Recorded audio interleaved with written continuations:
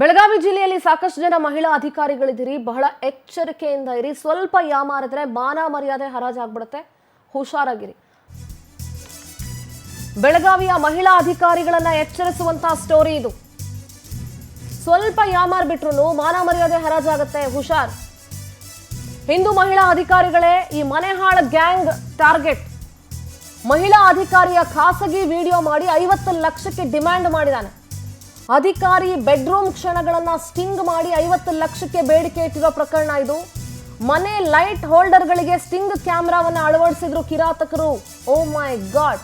ಖಾಸಗಿ ದೃಶ್ಯ ಸೆರೆ ಹಿಡಿದು ಪತ್ರಕರ್ತರ ಸೋಗಿನಲ್ಲಿ 50 ಲಕ್ಷಕ್ಕೆ ಬೇಡಿಕೆ ಇಟ್ಟಿದ್ದಾರೆ. ಬೆಳಗಾವಿಯ ಹಿಂದೂ ಮಹಿಳಾ ಅಧಿಕಾರಿಗಳೇ ಈತನ ಟಾರ್ಗೆಟ್.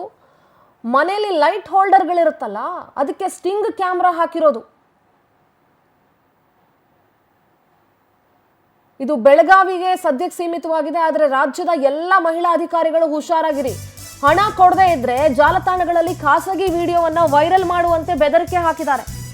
ಬ್ಲಾಕ್ ಮೇಲ್ಗೆ ಬೇಸತ್ತು ಕಮಿಷನರ್ ಮೊರೆ ಹೋಗಿದ್ದಾರೆ ಮಹಿಳಾ ಅಧಿಕಾರಿ. ಬೆಳಗಾವಿ ಮಾಳಮಾರುತಿ ಪೊಲೀಸರಿಂದ ಭರ್ಜರಿ ಕಾರ್ಯಾಚರಣೆ ನಡೆದಿದೆ. ಸಮೀರ್ ಅಬ್ದುಲ್ ರಶೀದ್ ಮಹಮ್ಮದ್ ಬಾಳೆಕುಂದ್ರಿಯನ್ನ ಅರೆಸ್ಟ್ ಮಾಡಿದ್ದಾರೆ. ಬಂಧಿತರಿಂದ 3 mobile, 64 GB pen drive, 6 hidden camera, 2 OTG, 2 memory card, 128 128 GB 8 memory ಕಾರ್ಡ್ಗಳು, ಇನೋವಾ ಕ್ರಿಸ್ಟಾ ಕಾರನ್ನ ಮಾಳಮಾರುತಿ ಪೊಲೀಸರು ಜಪ್ತಿ ಮಾಡಿದ್ದಾರೆ. ಇನ್ನು ಮಹಿಳಾ ಅಧಿಕಾರಿ ಸ್ಟಿಂಗ್ ಮಾಡೋದಕ್ಕೆ ಆರೋಪಿಗಳು ಖತರ್ನಾಕ್ ಆಗಿ ಸ್ಕೆಚ್ ಹಾಕಿದ್ರು. ಮಹಿಳಾ ಅಧಿಕಾರಿಯ ಮನೆ ಕೆಲಸದವನಿಗೆ ಗಾಳ ಹಾಕಿದ್ರು ಈ ಕಿರಾತಕರು. ಕಿಟಕಿಯಲ್ಲಿ ಮನೆ ಕೀ ಇಟ್ಕೊಂಡು ಕಚೇರಿಗೆ ಹೋಗ್ತಾ ಇದ್ರು ಮಹಿಳಾ ಅಧಿಕಾರಿ. ಮನೆ ಕಿಟಕಿಲಿ ಕೀ ಇಡೋದು ಕೆಲಸದ ವ್ಯಕ್ತಿಗೆ ಮಾತ್ರ ಗೊತ್ತಿತ್ತು. ಕೀ ಇಟ್ಟು ಹೋದಾಗ ಈ ಐನಾತಿ ಮಾಹಿತಿ ತಗೊಳ್ಳೋದಕ್ಕೆ ದುಡ್ಡು ಕೊಟ್ಟಿದ್ದ. 2 ತಿಂಗಳ ಹಿಂದೆ ಕೀ ಇಟ್ಟು ಹೋದಾಗ ಕಿರಾತಕರಿಗೆ ಕೆಲಸದವನ ಮಾಹಿತಿ ಕೊಟ್ಟಿದ್ದ. ನೋಡ್ರಿ, ಎಂತೆಂಥ ಕೆಲಸದವ್ರು ಇರ್ತಾರೆ. ಅನ್ನ ಹಾಕಿದ ಮನೆಗೆ ದ್ರೋಹ ಬಗೆಯುವಂಥ ಕೆಲಸದವ್ರು ಇರ್ತಾರೆ. ಉಂಡು ಮನೆಗೆ ಕನ್ನ ಹಾಕೋದು ಅಂತಾರಲ್ಲ, ಹಂಗೆ ಮನೆಗೆ ನುಗ್ಗಿ ಬೆಡ್ರೂಮು ಮತ್ತು ಹಾಲ್ನ ಲೈಟ್ ಹೋಲ್ಡರ್ಗೆ ಕ್ಯಾಮ್ರಾಗಳನ್ನ ಫಿಕ್ಸ್ ಮಾಡಿದ್ರು ಈ ಕ್ರಿಮಿನಲ್ಗಳು. ಇವ್ರೇನು ಹೊಟ್ಟೆಗೆ ಅನ್ನ ತಿಂತಾರೋ ಏನು ತಿಂತಾರೋ ಗೊತ್ತಿಲ್ಲ, ಇಂಥ ಹೊಲ್ಸ್ ಕೆಲಸಗಳನ್ನ ಮಾಡೋದಕ್ಕೆ. ಸೊ ಬಹಳ ಎಚ್ಚರಿಕೆಯಿಂದ ಇರಿ. ಬೆಳಗಾವಿ ಅಂತ ನಾನು ಹೇಳ್ತಾ ಇಲ್ಲ, ಬೆಳಗಾವಿ ಸೇರಿದಂತೆ ಮೋಸ್ಟ್ ಇಂಪಾರ್ಟೆಂಟ್ಲಿ ಬೆಳಗಾವಿ, ಇದು ಬೇರೆ ಬೇರೆ ಯಾವ ರಾಜ್ಯದಲ್ಲಿ ಇಂಥ ಕಿರಾತಕರಿದಾರೋ ಗೊತ್ತಿಲ್ಲ. ಮುಂಚೆ ಮಾಳಮಾರುತಿ ಪೊಲೀಸ್ ಠಾಣೆಯಲ್ಲಿ ಒಂದು ಮಹಿಳೆಯರು ದೂರು ನೀಡಿದರು. ಅವರದು ಖಾಸಗಿ ಕ್ಷಣಗಳನ್ನು ಯಾರು ವಿಡಿಯೋ ಚಿತ್ರೀಕರಣ ಮಾಡಿಕೊಂಡು ಅವರಿಗೆ ಬ್ಲಾಕ್ ಮಾಡ್ತಾ ಇದ್ದಾರೆ. ಇದರಲ್ಲಿ ಶಾಕಿಂಗ್ ಪಾರ್ಟ್ ಏನಿತ್ತು ಅಂದ್ರೆ, ಅದು ಖಾಸಗಿ ಕ್ಷಣಗಳು ಅವರ ಸ್ವಂತ ಮನೆಯಲ್ಲಿನೇ ರೆಕಾರ್ಡ್ ಆಗಿತ್ತು. ಮತ್ತು ಅವರು 50 ಲಕ್ಷದ ಬೇಡಿಕೆಯನ್ನು ಇಟ್ಟಿದ್ರು. ಅವರು ಪೊಲೀಸ್ ಸ್ಟೇಷನ್ಗೆ ಕಾಂಟ್ಯಾಕ್ಟ್ ಮಾಡಿದ ತಕ್ಷಣ ನಾವು BNS 308, 77 ಮತ್ತು 351 ಅದರ ಜೊತೆಗೆ ಇನ್ಫಾರ್ಮೇಶನ್ ಟೆಕ್ನಾಲಜಿ ಆಕ್ಟ್ 66E, 67 ಮತ್ತು 67A ಈ ಎಲ್ಲ ಸೆಕ್ಷನ್ಗಳಲ್ಲಿ ತಕ್ಷಣವೇ ಒಂದು FIR ಮಾಡಿಕೊಂಡು ಆರೋಪಿಗೆ ಕೂಡ ಅವರಿಗೆ ಸಂಪರ್ಕ ಕಂಟಿನ್ಯೂ ಮಾಡೋಕ್ಕೆ ಹೇಳಿದ್ದೀವಿ. ಮತ್ತು ರೆಡ್ ಹ್ಯಾಂಡೆಡ್ ಆರೋಪಿಗೆ ಇದರಲ್ಲಿ ದಸ್ತಗಿರಿ ಮಾಡಲಾಗಿದೆ. ಕೆಲವು ದಿನ ಮುಂಚೆ ಮಾಳಮಾರುತಿ ಪೊಲೀಸ್ ಠಾಣೆಯಲ್ಲಿ ಒಂದು ಮಹಿಳೆಯರು ದೂರು ನೀಡಿದರು.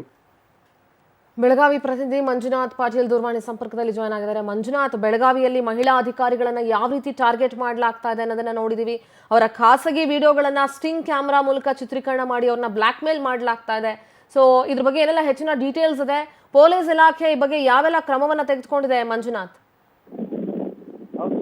ಏನು ಬೆಳಗಾವಿ ಮಾಳಮಾರುತಿ ಪೊಲೀಸ್ ಸ್ಟೇಷನ್ ವ್ಯಾಪ್ತಿಯಲ್ಲಿರುವಂತಹ ಶಿವಬಸವ ನಗರದಲ್ಲಿರುವಂತಹ ಮಹಿಳಾ ಅಧಿಕಾರಿಯನ್ನ ಒಂದು ಟಾರ್ಗೆಟ್ ಮಾಡಿದಂತಹ ಈ ದುರುಳರು 3 ಜನ ಏನ್ ಹೇಳ್ತಾರೆ, ಗೋಕಾಕ್ ಮೂಲರು, ಬೆಳಗಾವಿ ಜಿಲ್ಲೆ ಗೋಕಾಕ್ ಮೂಲದವರಾಗಿರ್ತಾರೆ. ಈ ಬೆಳಗಾವಿಯ ಮಾರ್ಕೆಟ್ ಎಸಿದಂತ ಸಂತೋಷ್ ನಾಯ್ಕ್ ಮತ್ತು KR ಗಡೇಕರ್ ಅವರು ಕಾರ್ಯಾಚರಣೆ ನಡೆಸಿ ಈ 3 ಜನ ಆರೋಪಿಗಳನ್ನ ಈಗ ಬಂಧಿಸುವಲ್ಲಿ ಯಶಸ್ವಿಯಾಗಿದ್ದಾರೆ ಅಂತ ಹೇಳ್ಬೇಕಾಗತ್ತೆ. ಪ್ರಮುಖವಾಗಿ ಇಲ್ಲಿರುವಂತಹ ಆರೋಪಿ ಗೋಕಾಕ್ ನಗರದ ಜಲಾಲ್ ಗಲ್ಲಿಯ ನಿವಾಸಿಯಾದಂತಹ ನಿಸಾರ್ ಅಹಮದ್ ಶೇಖು, ಅಬ್ದುಲ್ ರಶೀದ್ ಮಕಾಂದರ್ ಅಂತೇಳಿ ಇವರಿಬ್ರು ಒಂದು ಯೂಟ್ಯೂಬ್ ಪತ್ರಕರ್ತರು. ಈ ಯೂಟ್ಯೂಬ್ ನಕಲಿ ಪತ್ರಕರ್ತರು ಅಂತ ಹೇಳ್ಕೊಂಡು ಒಂದು ಏನು ಯುವತಿ ಇರ್ತಾಳೆ, 20 ವರ್ಷದ ಯುವತಿಯ ಮನೆಯಲ್ಲಿ ಒಂದು ಎಲೆಕ್ಟ್ರಿಕಲ್ ಹೋಲ್ಡರ್ ಏನಂತ ಬಲ್ಬ್ ಹೋಲ್ಡರ್, ಆ ಹೋಲ್ಡರ್ ಮುಖಾಂತರ ಒಂದು ಸ್ಟಿಂಗ್ ಕ್ಯಾಮ್ರಾಗಳನ್ನ ಅಳವಡಿಸಿ ಅವ್ರನ್ನ ಬ್ಲಾಕ್ ಮೇಲ್ ಮಾಡ್ತಿರ್ತಾರೆ. ಬ್ಲಾಕ್ ಮೇಲ್ ಮಾಡಿ ಅವರ ಖಾಸಗಿಯ ಕ್ಷಣಗಳ ಒಂದು ಚಿತ್ರೀಕರಣವನ್ನು ಮಾಡ್ಕೊಂಡಿರ್ತಾರೆ. ಅದಕ್ಕೆ ಚಿತ್ರೀಕರಣಕ್ಕೆ ಸಹಕಾರಿಯಾಗಿದ್ದು ಯಾರು ಅಂತಂದ್ರೆ ಪ್ರಮುಖವಾಗಿ ಆ ಮನೆ ಕಾಯುವಂತಹ ಏನು ಒಂದು ಕೆಲಸದ ಆಳ. Okay Manjunath, all right, thank you ನಿಮ್ಮೆಲ್ಲ ಡೀಟೇಲ್ಸ್ಗಾಗಿ. ಒಟ್ಟಾರೆಯಾಗಿ ಇಡೀ ರಾಜ್ಯಾದ್ಯಂತ ಮಹಿಳಾ ಅಧಿಕಾರಿಗಳು ಯಾರಿದ್ದೀರಾ ದಯವಿಟ್ಟು ಎಚ್ಚರಿಕೆ ಆಗಿರಿ. ನೀವು ಯಾರನ್ನ ಕೆಲಸಕ್ಕೆ ಇಟ್ಕೊಳ್ತಿದ್ದೀರಾ, ಮನೆ ಕೀ ಎಲ್ಲಿ